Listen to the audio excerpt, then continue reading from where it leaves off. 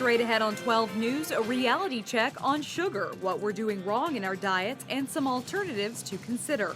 Then it's full speed ahead, the next step for the Bottineau light rail line. But first, I don't think any child should have to experience that. Why a Robbinsdale resident believes she was the target of a vandalism crime. 12 News starts right now. Hello and thanks for joining us. I'm Alexandra Renslow. And I'm Shannon Slatton. A Robbinsdale family is on edge after vandals spray painted hateful messages on their front door. Reporter Sonia Goins has more on what police are calling a bias-motivated crime.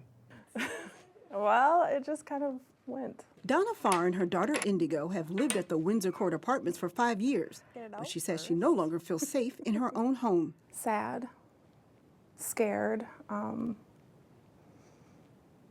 that in 2014 that this type of mentality is still prevalent. This is what has Donna so upset. On January 13th, someone sprayed this hateful, derogatory message on her front door. Shock. It almost felt surreal, I guess. I couldn't process what was happening. The vandals also tagged Donna's back door and mailbox. It was personal.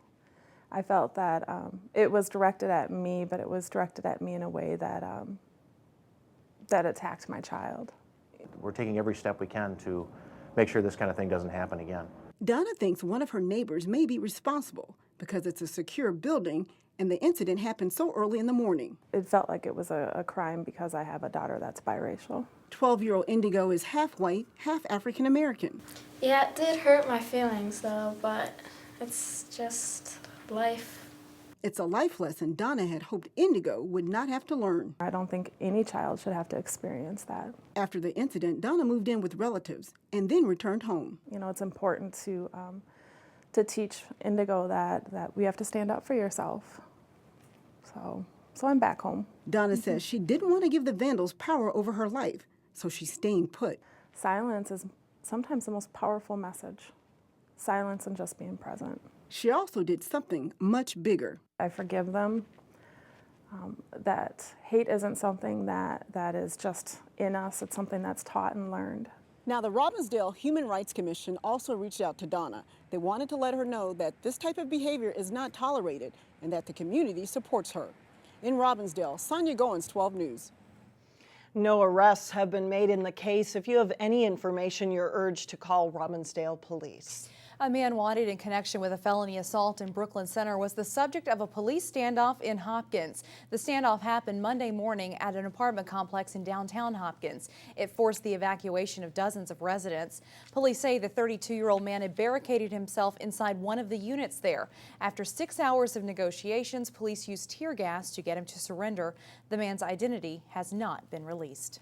They represented all different ages, backgrounds, and races. And in honor of the Martin Luther King holiday weekend, the community gathered in Brooklyn Park for an honest conversation about race. Around 200 people filled the Community Activities Center on Saturday. It's the first time the Osseo School District and the City of Brooklyn Park, along with other partners, have held a community-wide discussion on race.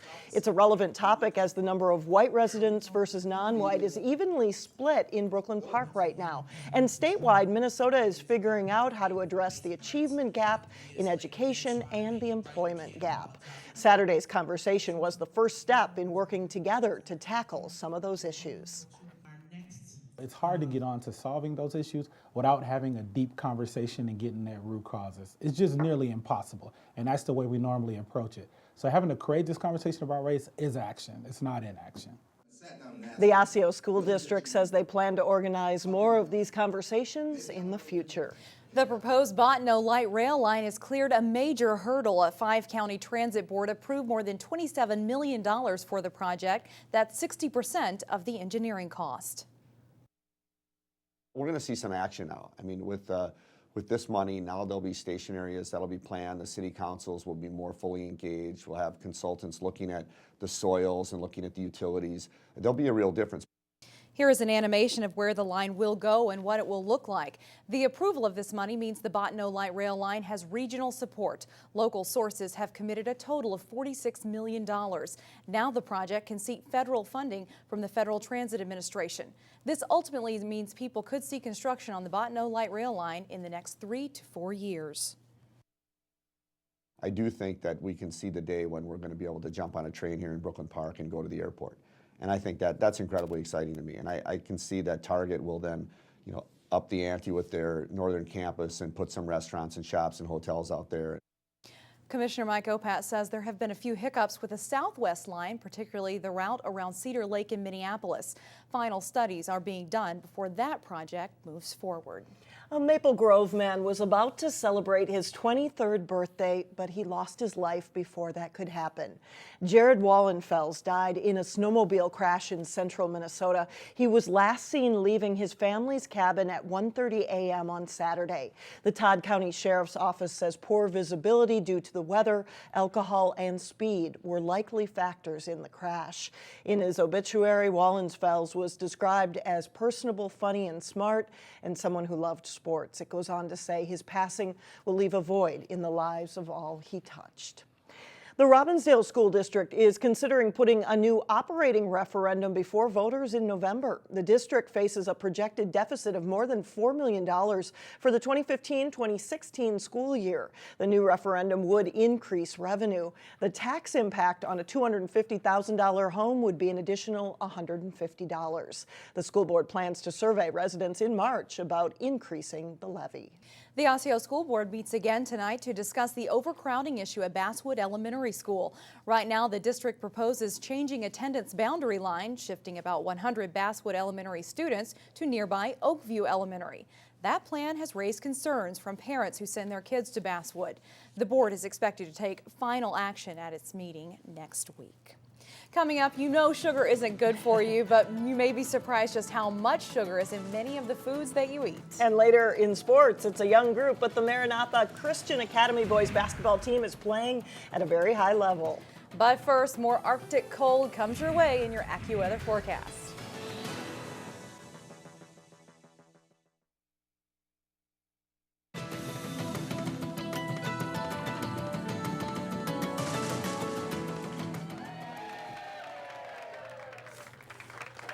Three years ago, PrairieCare opened a psychiatric hospital for children in Maple Grove. Now there's plans to open a new mental health hospital in Brooklyn Park. PrairieCare wants to build along Highway 610 at the southwest corner of 94th and Zane. This hospital would also serve children and adolescents. It would be PrairieCare's 5th location. It also has clinics in Edina and Woodbury and plans to open another one next month in Chaska. Losing weight is always high on the list of New Year's resolutions, but it's a goal that's easier said than done. However, one surefire way to keep off the pounds is to reduce your sugar intake. In today's Health Check, Delane Cleveland shows us how cutting down on sugar can help trim that waistline.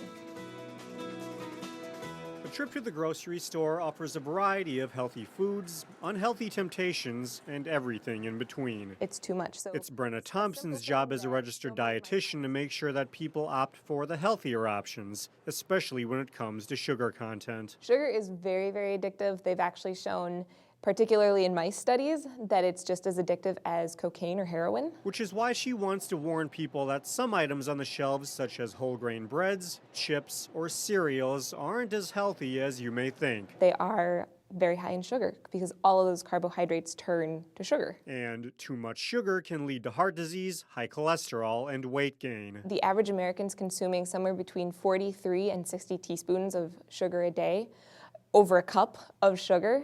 And that's part of what's leading to all of these health problems. So to cut down, she recommends swapping out the high sugar foods for healthier options. Here we have what would be kind of a typical breakfast for a lot of people. So a couple cups of cereal with some milk on it and a glass of orange juice. But that's still turning into 17.5 teaspoons of sugar. A good alternative would be scrambled eggs with avocado and a half cup of fresh fruit. Huge difference right off the bat. As for lunch, a lot of people are either going out to lunch or maybe bringing something in. So here we have a deli sandwich with some potato chips and then a 20-ounce soda for 18.5 teaspoons of sugar. She suggests swapping that out with a bowl of chili, a side salad with vinaigrette, and sparkling water. Now we're only having about 1 to 3 teaspoons of sugar. So huge differences there. Bottom line, when you're at the grocery store, aim for the produce and avoid anything processed. That's going to get people a long ways, just doing that. For Health Check, Delane Cleveland, 12 News. And for more examples of healthy foods that you can eat to replace meals that are high in sugar, you can find a link on our website, 12.tv. There's probably something we could all learn there. Yes, it makes sense. Coming up, students at Armstrong High School have a chance to experience life on the other side of the globe. But first in sports, Wayzata and Edina face off in a matchup of two of the state's best in boys hockey. John Jacobson has that and more when we return.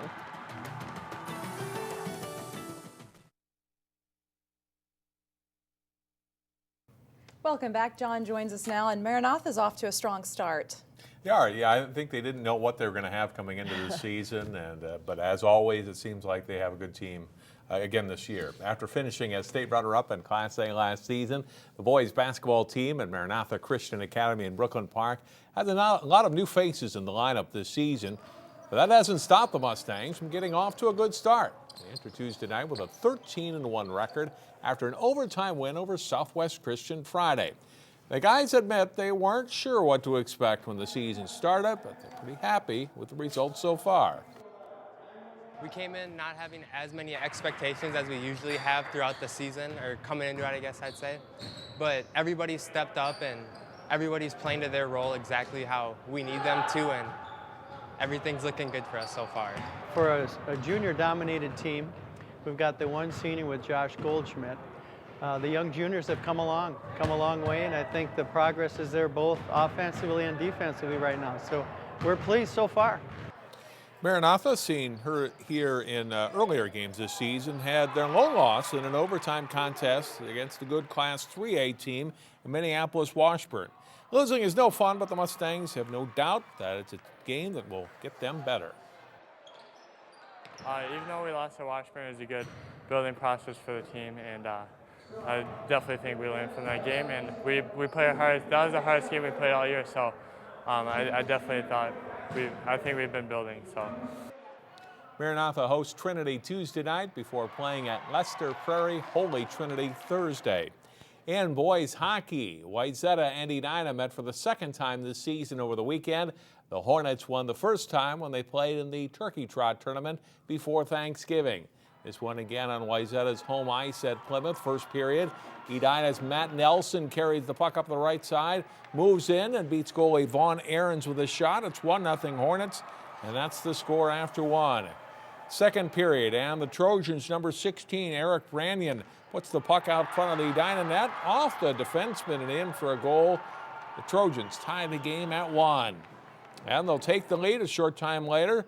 Brian Mahout from the circle beats goalie Andrew Rokel. The Trojans lead 2-1. Edina, though, would later tie it at 2. Ahead to the third period now. A face-off win for the Trojans, and then Alex Stevens with a goal from just inside the blue line. And Wayzata is back in front 3-2. Just over a minute and a half to go in the third period. It's Edina on the power play, and Dylan Malmquist ties it up with a goal here. No scoring in overtime, and this game ends in a 3-3 tie. Armstrong and Cooper also faced off on Saturday. The Falcons beat the Hawks for the third straight season, 5-2 the final. Jay Norgard and Cole Gergen scored 2 goals apiece for Armstrong. Osseo High School wrestler Carson Brolsma won a tournament championship over the weekend and has just one loss this season. This week's Sports Jam show here on Channel 12. Jay Wilcox profiles Brolsma. Here's a clip from that story. Brolsma started wrestling for the Orioles varsity as a 7th grader and qualified for the state tournament in 8th, 9th, and 10th grades, placing 5th last season. It's easy to see how much the state tournament means to him.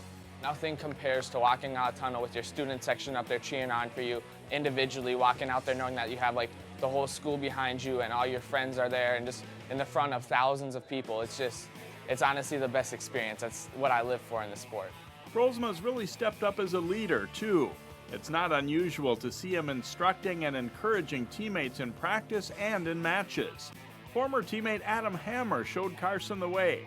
Adam was kind of this role when he was a sophomore, junior, senior, and then as he left, we had a talk, and he said he's passing it down to me, and like I feel comfortable with receiving it, and I love this team. Like I would do anything for it. Gets the rest of Carson's story and all the week's top prep highlights on Sports Jam. It's on through Wednesday at 3:30, 6:30, and 9:30 p.m. here on Channel 12. The young man certainly having a great season. All right, thanks a lot, John. Still ahead, it's a cultural exchange years in the making. Up next, Japanese visitors at Armstrong High School teach students about their culture. That's next.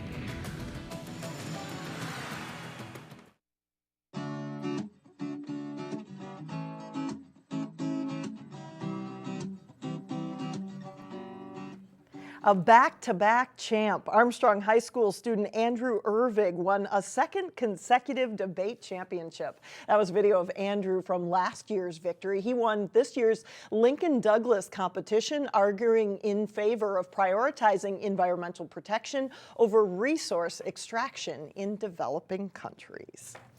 Kakehashi is Japanese for a bridge for tomorrow. Good job on that one. It's also a fitting title for an exchange program that's bringing Japanese and American students together. Kaya Edwards has the story. When you think of Japan, the martial arts might come to mind. Or the East Asian country's cuisine. Do you like beef? Do you like sushi? But Armstrong students on a trip to Tokyo and Niigata, Japan last year quickly learned that there's a lot more to discover. It was a really exciting experience just to be able to go on a trip, all expense paid, to a country I've never visited before. The mountain is called Mount Fuji. That's right, free. The program is part of a stimulus package set up by Japanese Prime Minister Shinzo Abe. It's based on your kind of grades and your overall character. Around 2,000 Americans have headed or are heading to Japan by 2015. They're really hospitable, just really kind and welcoming. So it was really interesting to see how, even though their culture is different from ours, it's really, they share a lot of the same core values. And around that many Japanese will land in the U.S. It's around a 6,000-mile flight from Kobe, Japan to Plymouth, Minnesota. Unfortunately for the Japanese students, they've come during the coldest week of the year. It's very freezing, but my host family are very warm and kind to me. 18-year-old Yuto Yabuuchi has a brother back home. After this, we'll go to the Mall of America, and then we'll go shopping a lot. Yeah, I'm very excited. He has gained 2 American sisters. It's a good learning experience for me as well as for him because I get to show him what it's like to enjoy the American cultures and lifestyles. Let's go to Japan! In Plymouth, Kaya Edwards, 12 News. The Japanese students in Minnesota this week are from a junior technical college. Both high school and university students may participate in the exchange. That is, if they have good grades. And they're celebrating like we do when it's cold. They're going inside. That's right. They will not forget that experience. That's all the news we have for now. Thanks for joining us, everybody.